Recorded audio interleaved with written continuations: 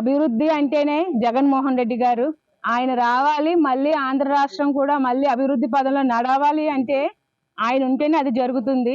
మరి ఈ రోజు ప్రతి ఒక్కరూ కూడా 41 వార్డులో అందరం కూడా ఒక పండగ వాతావరణం నెలకొంది ఈ రోజు అంతాను.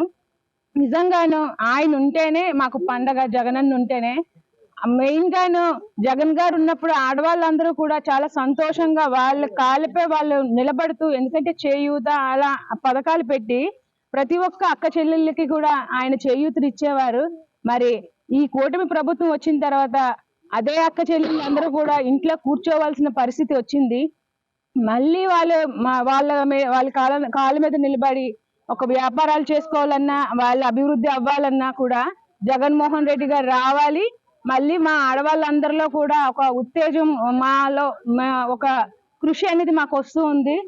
అందుకు గనుక మరి జగన్మోహన్ రెడ్డి గారు త్వరలోనే ఈ 2029లో ఘన విజయం సాధించాలని కోరుకుంటూ సెలవు తీసుకుంటున్నాం. ప్రజల తాలూకు దీవెనలు పొంది లైఫ్ లో వాళ్ళ కుటుంబం అంతా సుఖశాంతిగా ఉంటారని, వర్ధిల్లాలని మా వార్డు తరఫునే కాకుండా ఆంధ్రప్రదేశ్ తరఫున అందరూ కూడా కోరుకుంటున్నారు. మళ్ళీ జగన్మోహన్ రెడ్డి రావాలి, మళ్ళీ ఆంధ్ర ఆనందంగా ఉండాలి.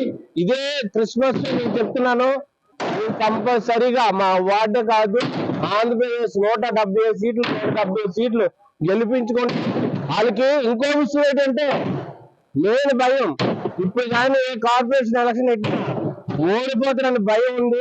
వాళ్ళు గ్యారంటీగా పెట్టరు తెలుసు. ఇది మాత్రం నిజం.